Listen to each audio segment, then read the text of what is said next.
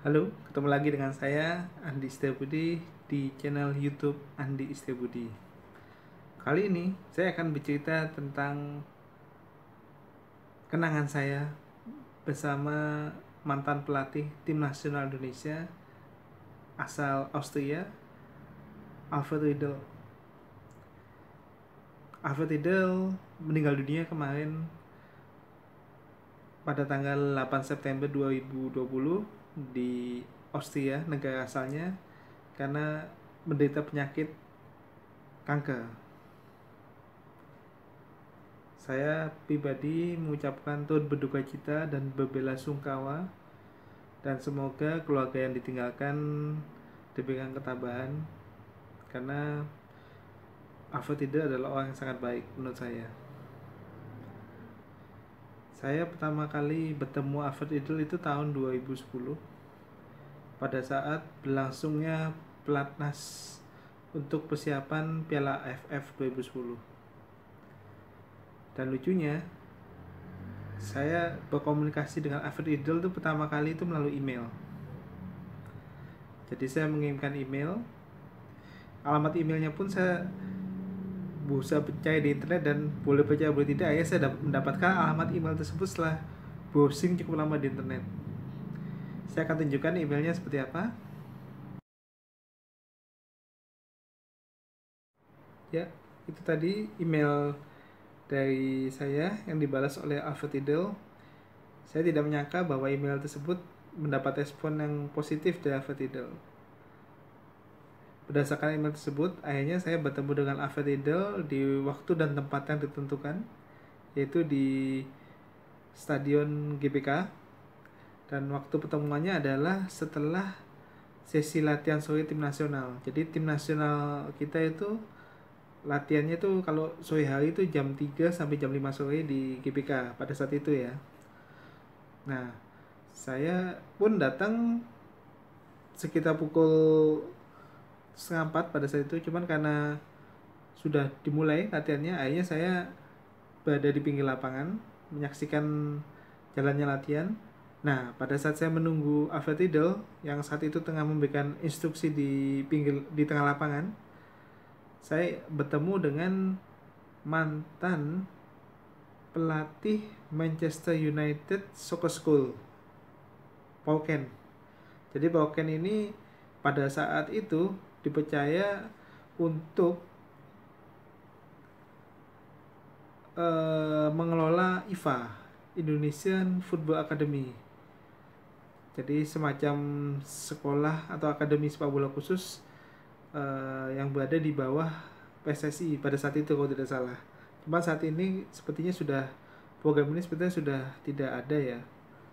Jadi sambil menunggu Alfred Riedel, saya mengobrol dengan Paul Ken.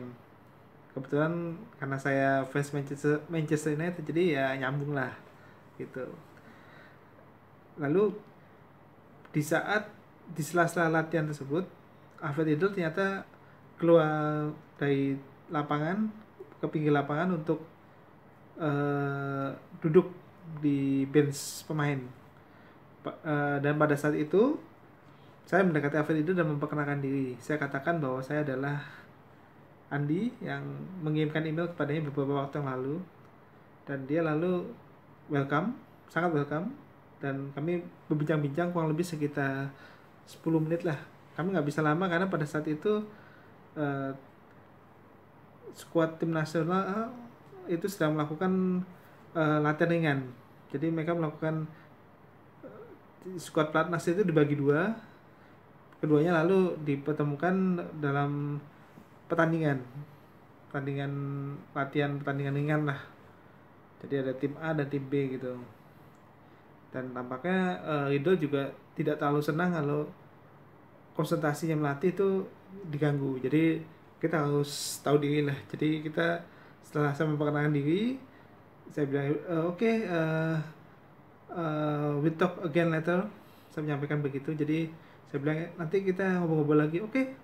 Lalu dia kembali fokus menyaksikan menyaksikan latihan skuad timnas saat itu. Pada saat itu dia didampingi oleh Wolfgang Pikal. Saya ingat itu.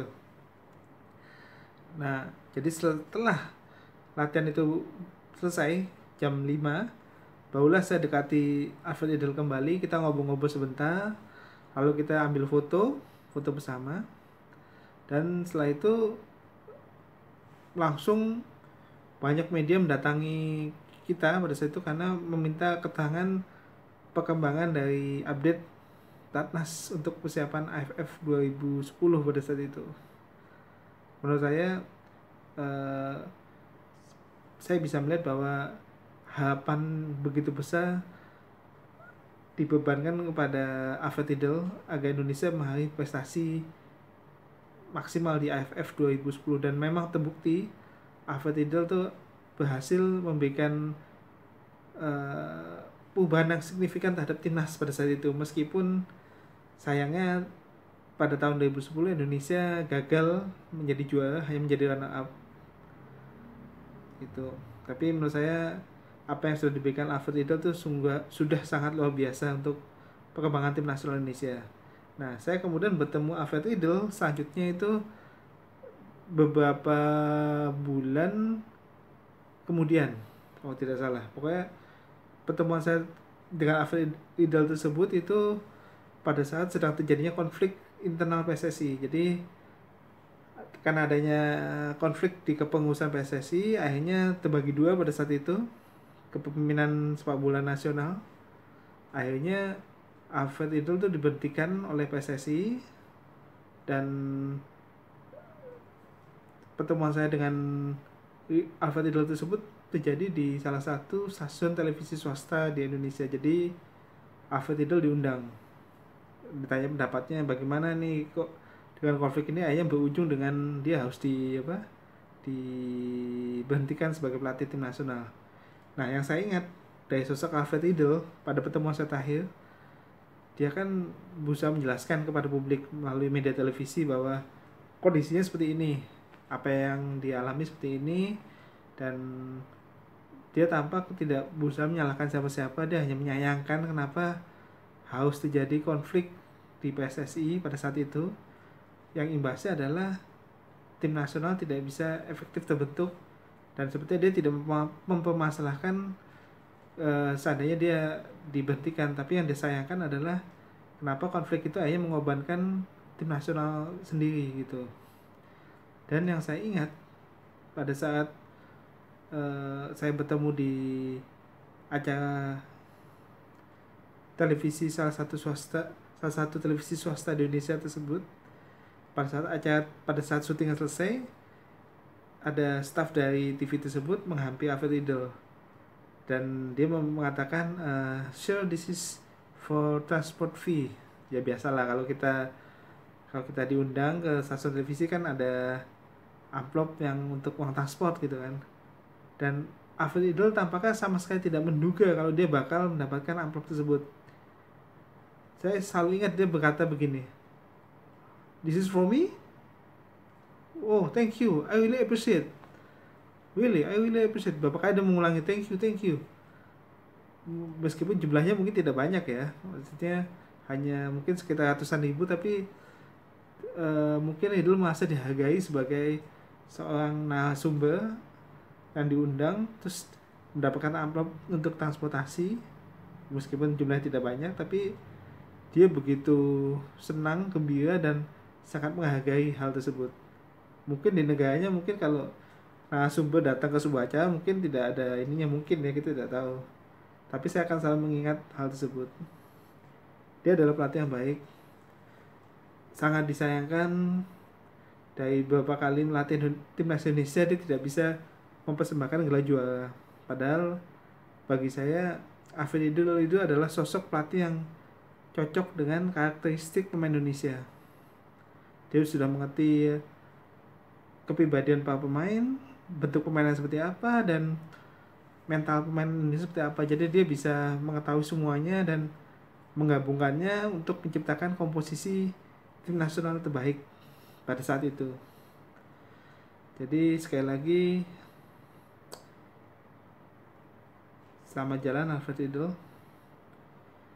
Mungkin Anda tidak, mungkin prestasi yang diberikan hanya 2 kali medali runner up AFF, tapi bagi kita bangsa Indonesia itu sudah lebih dari cukup, karena efek yang diberikan Alfred Riedel sebenarnya membekas dan menjadi semacam legacy yang mungkin tidak akan pernah terlupakan bagi tim nasional Indonesia.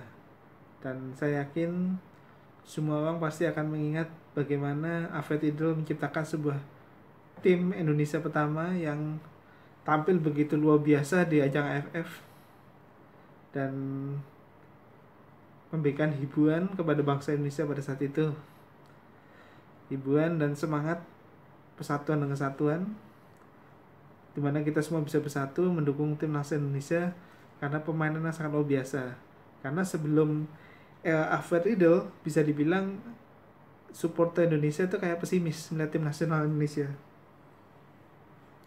Mereka pesimis melihat kenapa tim nasional Indonesia itu prestasi nggak ada, tapi sering kalah, ya kan? Sering kalah, terus kompetisi berantakan. Tapi begitu Alfred Riedel datang untuk AFF 2010, tiba-tiba semua orang jadi bersemangat mendukung kembali tim nasional Indonesia. Itu harus kita ingat, walaupun mungkin ada beberapa orang yang mungkin menganggap Alfred Riedel itu nggak ada apa-apanya mungkin.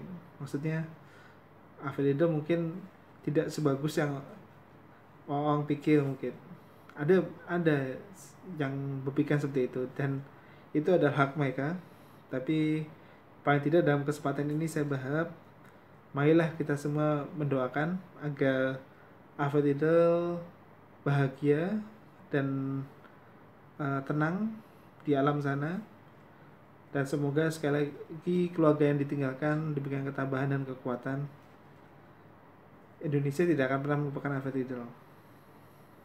Terima kasih Alfred Riedel. Selamat jalan.